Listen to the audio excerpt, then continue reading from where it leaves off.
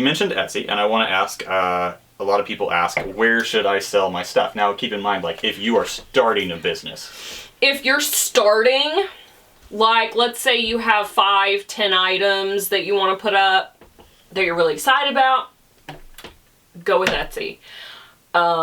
It's a really easy platform to use.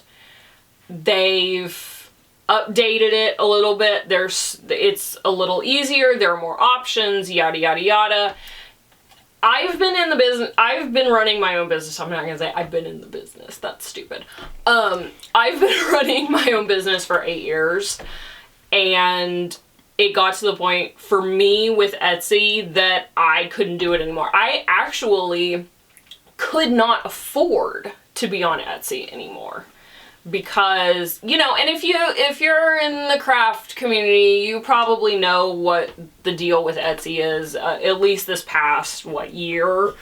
And their crazy fee hike and, like, the whole thing with their advertising and stuff, that it really became too much for me. If you don't know anything about it, please look it up. Educate yourself about these platforms. That's some other advice.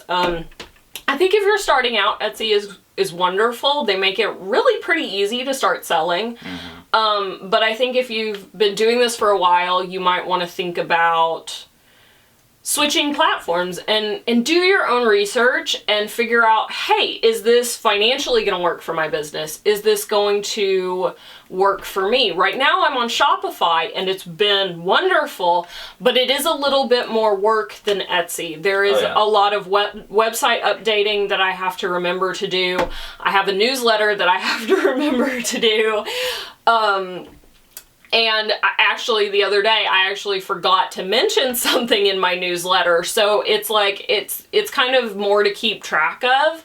But as soon as I started selling on Shopify, I was saving money versus selling on Etsy. Yeah, and it's not going to be the same for everyone. And so that's something true. When you're comparing, Etsy is a great Apples place to and start oranges. out. And, once you're there for, say, a year or two, and if you feel like, hey, I could really benefit and I'm getting enough revenue that I should really look at other options, then look at those other options. They are all fairly transparent about what their fees are, their transaction fees, any kind of listing fee stuff, monthly costs on the website, and then just run the numbers with what you made like the prior year and figure it out. Run your numbers. That's what we did. And it was very clear that at where Kelsey was, Mm-hmm. that's what the theirs was. Well, we were past the tipping point of where Shopify would actually be cheaper for us than staying on because I just switched to Shopify earlier this year, February, I think. February or March of this year, I switched over. So I've only been selling on Shopify for less than a year. Than a year. So, but run your numbers. Yes. I cannot stress this enough. Know your finances. Know how much you're spending to make X amount. Now, this is for craft people. I'm talking craft people. I'm not talking, an entrepreneur who wants to go into the smoothie business or something. I'm talking about artists, crafters, creatives, some of this, if you wanted to start a smoothie business, you could probably apply some of this. So don't leave just yet. But oh, wait, there's more. Wait. I will talk more about Etsy and Shopify in future episodes. Sure. This is just kind of a synopsis, general, throwing out advice, whatever. Yeah. So you were talking about material costs. Yes. And calculating that. So that actually leads into my next question brilliantly. So if you're just starting out, what do you keep in mind on how do you price things?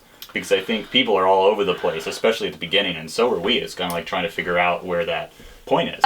Should I be really honest right now? I undercharge for my product. Like, almost horrendously undercharge for my work. I really factor in what it's what the value of that item is to me, kind of. Can I explain how that undercharge is? Okay, so Please. it's in a labor intensive. Wait. He's my numbers guy. Yeah. He actually minored in math. He's very proud of that. So he's my financial She's the person. only one who brings that up. I never talk about that. So married. All right. So, listen to what he's saying. Yes. So I would say there's two kinds of products. You have the ones that are more labor intensive and less material costs, and then you have the one that are higher material costs and less labor. So obviously when you have less labor cost, then you have to think more about making sure that you're covering your material costs. Yes. In your case, your material costs are lower and your labor is higher. So covering those material costs is not as much of a concern, but actually paying yourself for your labor is what you undercharge. That is where you undercharge a lot, because it takes hours and hours and hours to do a piece, and if you even charged yourself minimum wage, cloaks could easily be like $500-$600 with just with labor costs. Just about double what you charge if you think about it. Yeah. Personally, I think that's outrageous. So I refuse to charge him. He tries to get me all the time. He's like, "You should probably up your prices and stuff like that." And I'm like, "No, because I don't want to charge an arm and a leg for something because I'm not really doing this for the money."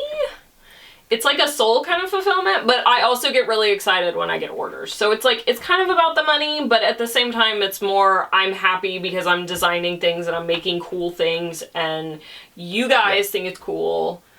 And so that's where... But then you also actually do care about, like, your business as a whole and it being successful and it continuing to be successful and growing. So it's like... I do. It's both sides of that for you, where you're like, it's a creative outlet. I'm a Libra. It's a materialistic thing, and it's also, I'm fulfilling my creative part, which I'm hugely creative.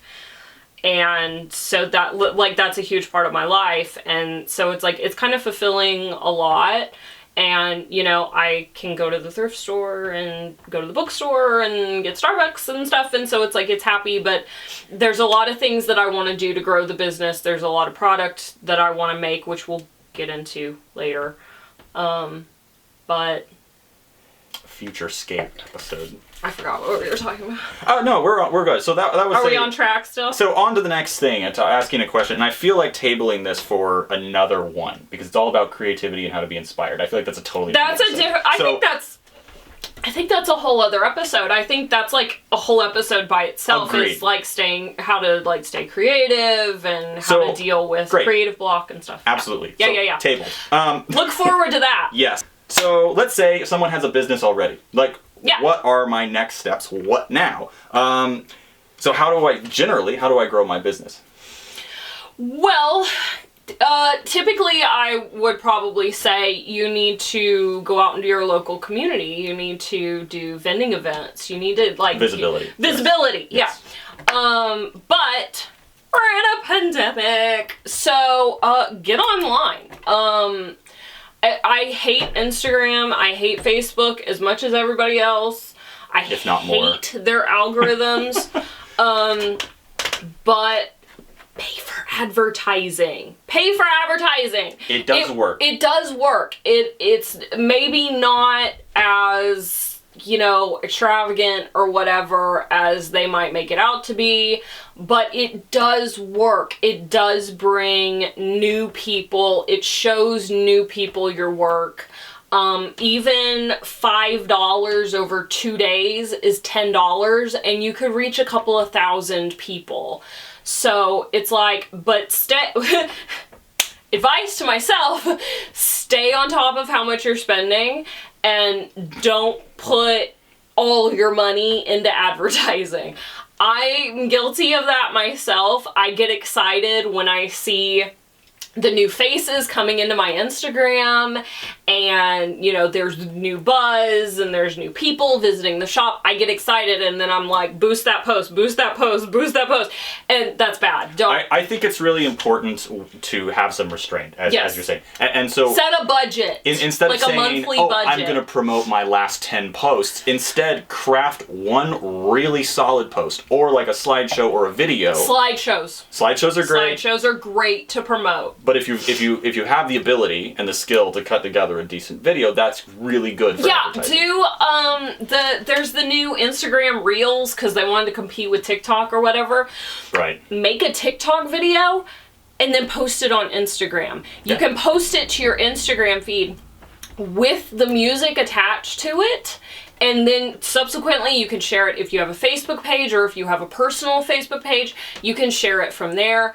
And just get the word out. And I actually bully my family members a little bit, and some of my closest friends. I'm like, go like this post. Go comment on this post. Like, all the time. Not I'm a hard bully, a soft bully. I'm like, go comment on this post. Can you guys go comment on it? Like, in my family group chats, I'm like, hey, I just posted. Can y'all go comment on that? Just give it a little activity. It gives it a little bit of activity. They don't even have to comment words. They can comment a sticker or whatever, and, you know, but it takes like 5 seconds, and it does help to generate buzz and activity. And when you're in the area of growing your business, we talked about platforms before. But, you know, run the numbers at that point and look at whether it would be more beneficial. And like in the case, and look at everything too. Because Etsy has statistics on where your traffic is coming from. And we realized pretty early on, several years in a row, 70 to 80% of my own traffic was coming from Instagram. From your own Instagram. Was coming from my Instagram. So, and now that's still true. About 71% is coming in from Instagram now. Yeah, and so you've actually been able to maintain the traffic that you're getting, even going off on your own platform. And I think that is like a great thing. And you also have a pretty decent following on Instagram. I do. I mean, that's another question. So like, how do you grow your following and your reputation? I don't know, because it just kind of happened. Well, a few years ago, I was doing a lot of like those loop giveaways on Instagram, and I was doing a lot of giveaways. And just to bring new faces in. And that was before they had advertising on Instagram. Yeah, they didn't have advertising back then. I'm old. I've been on Instagram since they started. So, yeah, that was before Instagram had advertising. That was long before Facebook bought Instagram. But I did a lot of loop giveaways. That brought in a lot of people. A lot of people liked my work. I definitely got more activity like in 2017, 2018. I got a lot more activity, and then they changed the algorithm, and now it screwed us all over a little bit. But we're still plugging along. It's